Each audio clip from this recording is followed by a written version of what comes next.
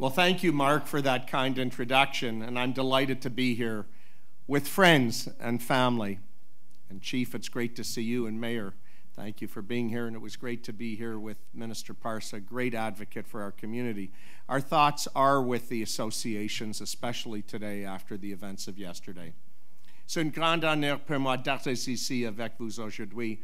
You know, I met Mark Baxter at the earliest moments of my time as Solicitor General. Actually, Mark, it was seconds after I was sworn in. He was hovering behind me, wondering who the next SG was going to be. And I saw Mark, in fact, I was sworn in on June 24th, 2022. And believe it or not, that was a Friday. On the Monday, the first event I went to was the PAO golf tournament. Although I didn't golf, I went to the lunch with our Premier and to say a few words. And I really, if he was here, I'd say to the Premier, thank you for giving me that excusal note on my very first day of work. I really appreciate that. And since then, Mark and I have spoken at least once every week, sometimes more. It was a real great honor to have Premier Ford here. I like to say he is, and if he was here, I'd say it to his face, but I'll say it to all of you.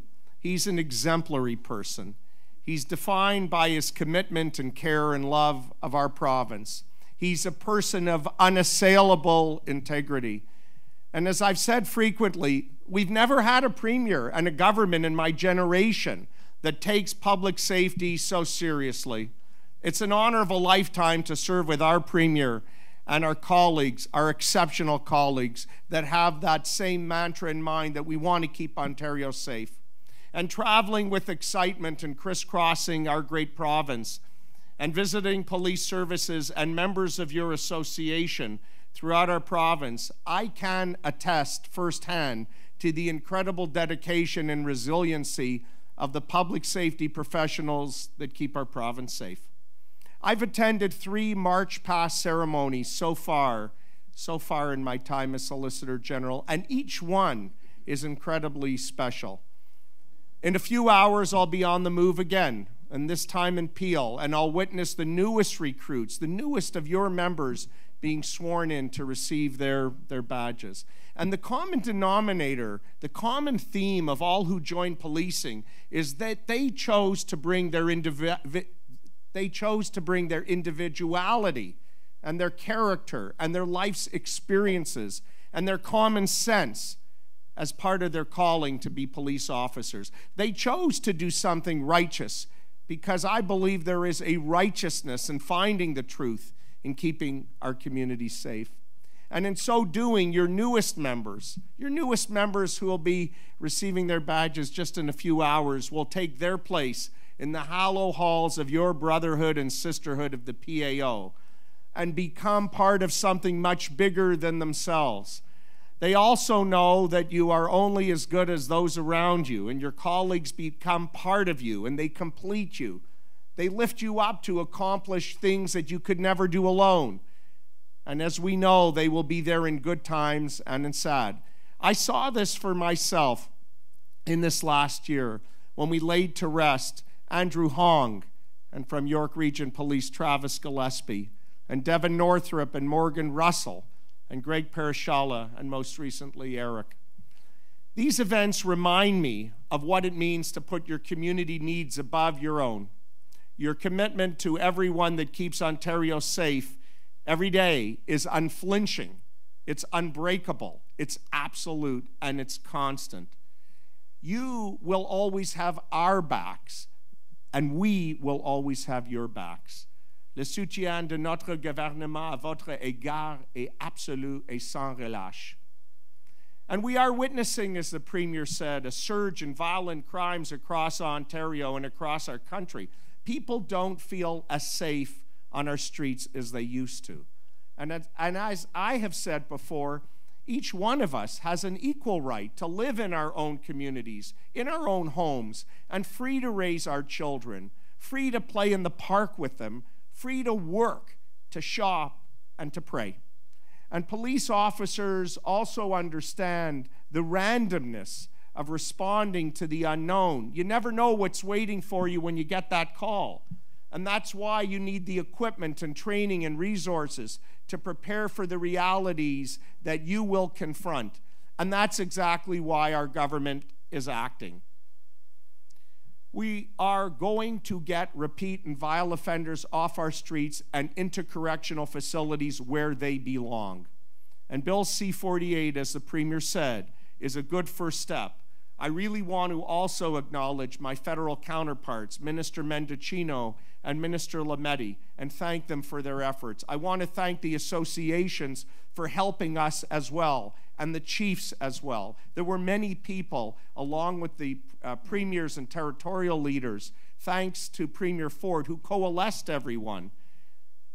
Premier Ford really believed that if we can move the needle on this, it would be transformational. And the way he had coalesced everybody is something that we are really grateful for. It also started with the fact that the Ontario legislature passed a motion without objection calling on the federal government to enact meaningful bail reform. It shows that when we work collaboratively, nothing is impossible. And now our collective efforts have begun to bear fruit. We've also announced, as the Premier said, our investment of over $112 million to double down, or I like to say to triple down, on keeping our province safe. This investment will create and expand crime bail teams and expand the repeat offenders and parole enforcement squads and create specialized bail compliance units. Our message is simple. For those who wish to violate their bail and court-ordered conditions, we will find you and we will hold you to account. And we're tackling auto theft and targeting organized crime syndicates responsible for stealing our cars. And that's why we're investing over $45 million to make sure our police services will have the resources, technology, and personnel to put the auto theft rings out of business. They don't like me very much these days, those auto theft syndicates. We've made a historic investment to waive the barriers for entry, as the Premier said, to people who want to enroll at the Ontario Police College. And starting next year, the Ontario Police College will graduate approximately 2,000 cadets, and that is up from about 1,500 today. I have to tell you, if you want to know who made this happen, this was Premier Ford.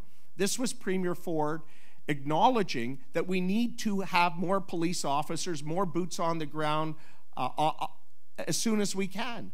And he sat with me and my colleagues and he says, what's it going to take to get the job done? And I'm really proud how he led. In fact, 2 weeks ago, top police officials came to Queen's Park and they said some amazing things, but I'll let you see for yourself. Well, thank you. And I want to thank Mark and John Cerasolo and John Reed and Chief Nishtar Yapa. I want to thank Patrick Weaver for their input on this issue and so many members of the association. As the Premier said, we're very concerned about the well-being of your members, both physical and mental. And under the leadership of Premier Ford, we are moving forward with the construction of the Runnymede First Responders PTSI Rehabilitation Center in Caledon. It will, as we are so enthusiastic to tell you, it'll be the first of its kind, a world-class facility, a place of respite and healing that is long overdue. And we are committed to seeing this dream come to fruition very soon. In fact, I had a meeting with the Premier last week and Connie Dichuk of Runnymede. There's going to be some exciting news coming in the months ahead. A safe Ontario is a strong Ontario. Qui dit Ontario sécuritaire, dit Ontario fort. En tant que solliciteur général, je continuerai à travailler chaque jour pour assurer le bien-être de nos policiers et nos premiers intervenants. And the reason we are here is because you chose to make a difference in the lives of others, to put service over self. And for this and much more, we are eternally grateful. You can always count on us. Thank you. Merci beaucoup. Miigwech.